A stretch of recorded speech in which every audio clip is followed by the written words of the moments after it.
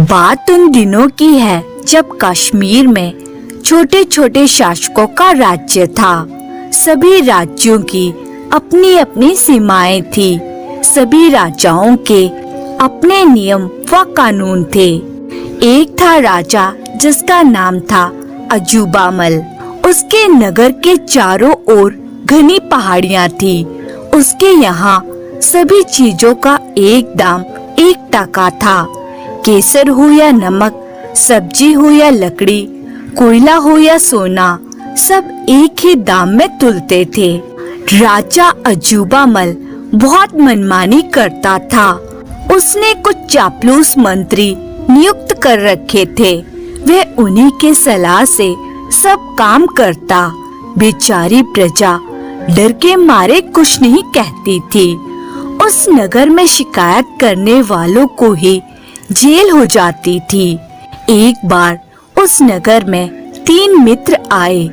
वहाँ की दशा देखकर पहले 2 मित्रों ने कहा, दोस्त, इस नगर में रहना खतरे से खाली नहीं है। राजा की सनक का क्या भरोसा, कब किसे दबोच ले। तीसरा मित्र सभी चीजों के इतने कम दामों से खुश था। वे बोला, मैं तो यहाँ मजे से जीवन गुजारूंगा। कितनी अच्छी बात है कि मनचाही चीजें मिलेंगी।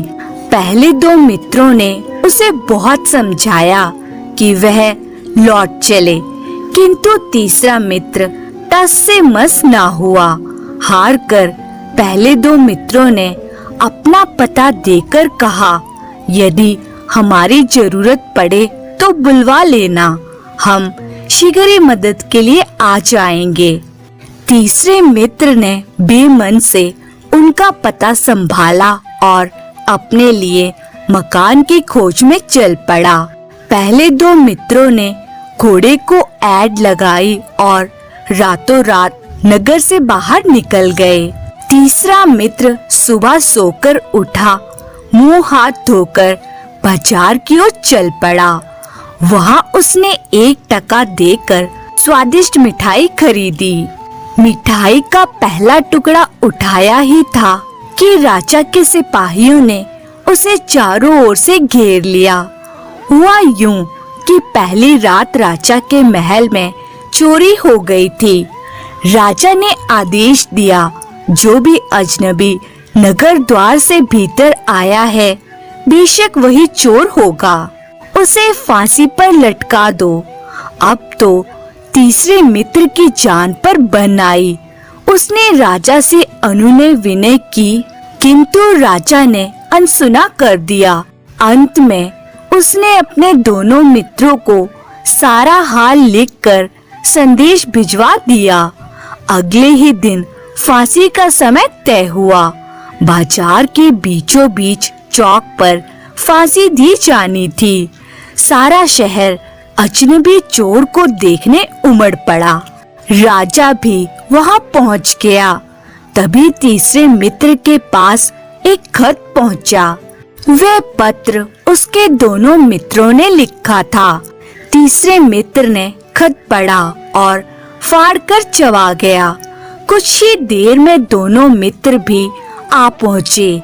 जो ही जल्लाद फांसी देने के लिए आगे बढ़ा, पहला मित्र राजा के चरणों में गिरकर बोला, महाराज, मेरे मित्र को छोड़ दें, इसके बाल बच्चे बहुत छोटे हैं। तीसरा मित्र वहीं चिल्लाया, नहीं महाराज, मुझे मरने दें, भला मरने से कैसा डरना।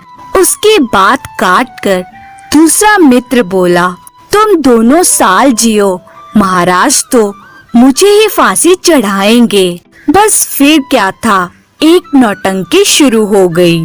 तीनों मित्र एक दूसरे से पहले मरना चाहते थे। राजा अजूबामल चक्कर खा गया। वह कभी एक मित्र की ओर देखता तो कभी दूसरे की ओर। नगरवासी इस तमाशे को देखकर हैरान थे। राजा अजूबामल ने तीनों मित्रों को अपने पास बुलाकर पूछा, मुझे सच सच बता दो कि तुम मरने के लिए इतने उत्सुक क्यों हो, वरना मैं सबको जेल में डाल दूंगा। तीसरे मित्र ने योजना के मुताबिक हिचकिचाते हुए उत्तर दिया, महाराज, आज मरने की बहुत शुभ घड़ी है। इस घड़ी में मरने वाला सीधा स्वर्ग लोक जाएगा, इसलिए हम लड़ रहे हैं। ये सुनते ही अजूबा मल का पारा 7वें आसमान पर पहुंच गया। कड़क कर बोला, प्यारे मंत्री, शुभ घड़ी में मरने का सबसे पहला हक राजा को मिलना चाहिए। भला मेरे होते हुए कोई और स्वर्ग में क्यों जाएगा? मुझे शीघ्र ही फांसी पर चढ़ा दो। मंत्री ने सोचा कि राजा के मरते ही मैं राज्य पर कब्जा कर लूंगा। उसने एक क्षण भी विलंब नहीं किया और अजूबा मल को फांसी पर चढ़ा दिया। प्रजा मंत्री की चाल भांप गई थी। प्रजा ने पत्थर मार मार कर मंत्री को अधमरा कर दिया। जानते हो नया राजा कौन बना? पहले मित्र को राजा बनाया गया, क्योंकि उसकी बुद्धिमानी से ही अजूबा मल का अंत हुआ था। बाकी 2 मित्र मंत्री बने, नगर में उचित कायदे कानून बने और सभी सुख से रहने लगे।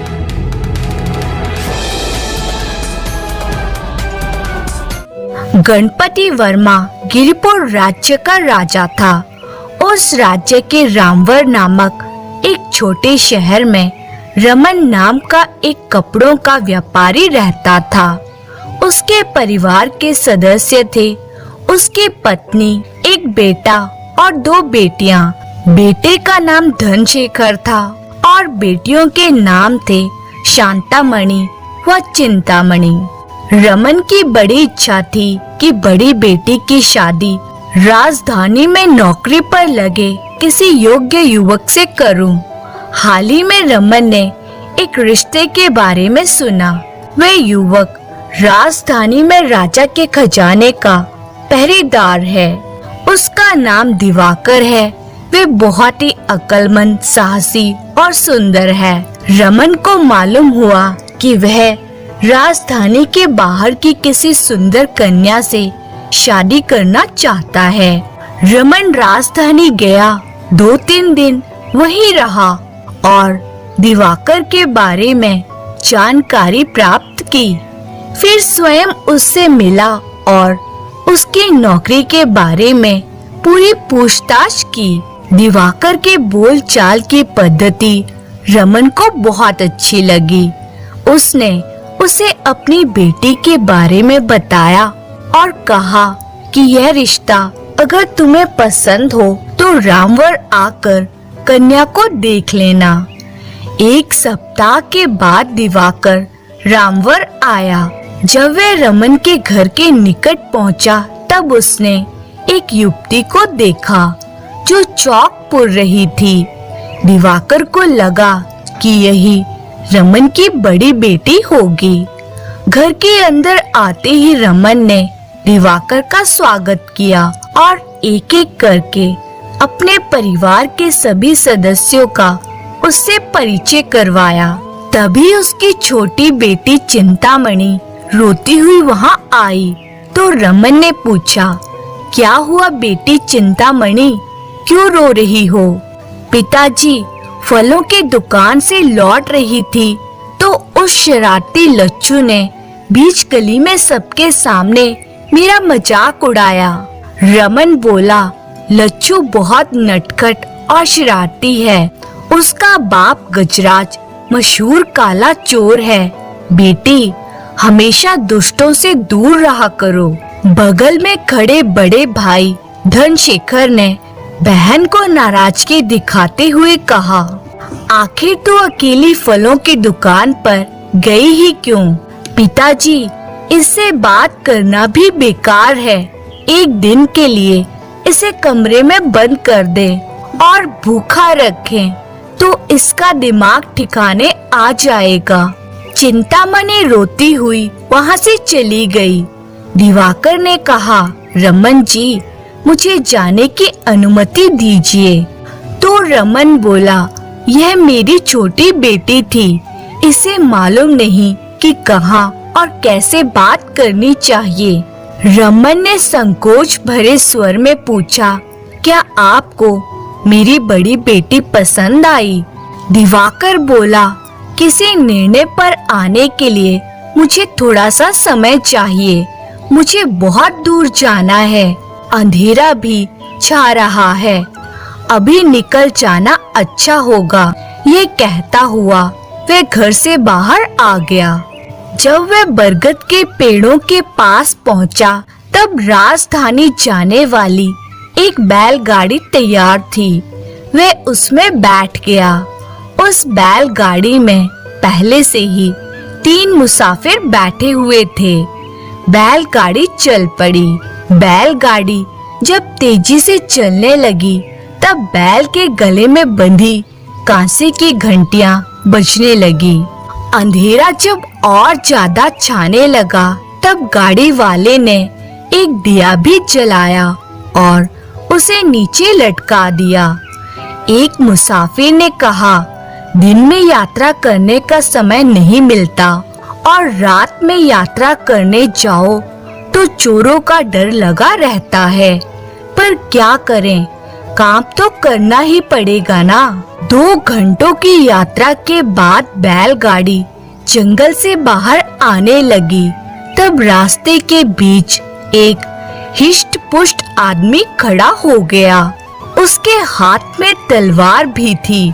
गाड़ी वाला उसे देखकर डर के मारे कांप उठा और चिल्लाने लगा, काला चोर गजराज है, भागो, भाग जाओ। चिल्लाते हुए उसने गाड़ी रोक दी। गजराज लंबे लंबे डग भरता हुआ गाड़ी के पास आया और कहने लगा, कोई भी मुझसे बच नहीं सकता। तुम्हारे पास जितना भी धन है, जो भी गहने हैं, निकालो। गाड़ी में बैठे तीनों मुसाफिर जब उसके कहे अनुसार करने को तैयार हो गए, तब दिवाकर नीचे कूद पड़ा और गाड़ी वाले के हाथ से चाबुक छीन लिया और उसे तेजी से घुमाता हुआ बोला, अरे ओ गजराज, आखिर मेरे हाथ आ गया ना। कब से मैं तुम्हें ढूंढ रहा था। राजा ने तुम्हें पकड़ने का आदेश दिया था और वह आदेश आज मैं अमल में ले आ रहा हूँ। चुपचाप झुक जाओ, नहीं तो तुम्हें कड़ी से कड़ी सजा दी जाएगी। भागने की कोशिश की तो जंगल में छिपे हमारे सैनिक तुम्हें मार डालेंगे। तुम्हारे शरीर के टुकड़े टुकड़े करके चील और कौओं को खिला देंगे। गजराज ने जब सुना कि जंगल में सैनिक हैं, तो उसका दिल कुछ क्षणों के लिए रुक सा गया।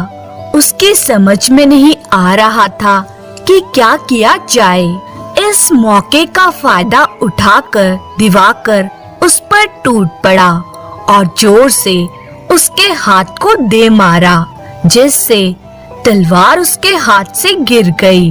इतने में वे तीनों मुसाफिर भी वहां आ पहुँचे और उन चारों ने मिलकर गजराज को पकड़ लिया और उसके हाथ पैर बांधकर उसे गाड़ी में डाल दिया। फिर दिवाकर उस डाकू गजराज को खींचता हुआ राज दरबार में ले गया। राजा को पूरा किस्सा सुनाया। गजराज ने सिर झुकाकर अपने सारे अपराध स्वीकार कर लिए। राजा ने कहा, गजराज के अन्यायों व अत्याचारों के बारे में मैं भी बहुत दिनों से सुनता आ रहा हूँ। जनता की शिकायतें भी मेरे कानों तक पहुँची है। ये जंगल भाग गया, इसीलिए हम इसे पकड़ नहीं सके। दिवाकर ने इसे बंदी बनाकर साबित कर दिया कि वह बड़ा ही साहसी और पराक्रमी है। मैं हृदय पूर्वक दिवाकर का अभिनंदन करता हूँ और यह आदेश देता हूँ कि दिवाकर इसी तरह गजराज के बेटे को पकड़े और मेरे सामने पेश करे।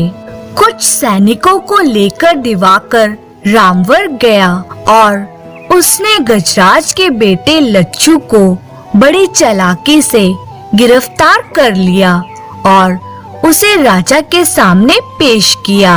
राजा ने दोनों बाप बेटे को आजीवन जेल की सजा दी। दिवाकर के काम से अति प्रसन्न राजा ने उसे पहरेदारों के विभाग का प्रधान बना दिया।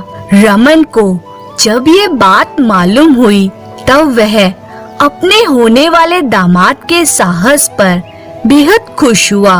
वह उससे मिलने राजधानी पहुंच गया। जैसे ही रमन ने दिवाकर के सामने विवाह का प्रस्ताव रखा, उसने कहा, क्षमा कीजिए, मैं आपकी बेटी से शादी नहीं कर सकता।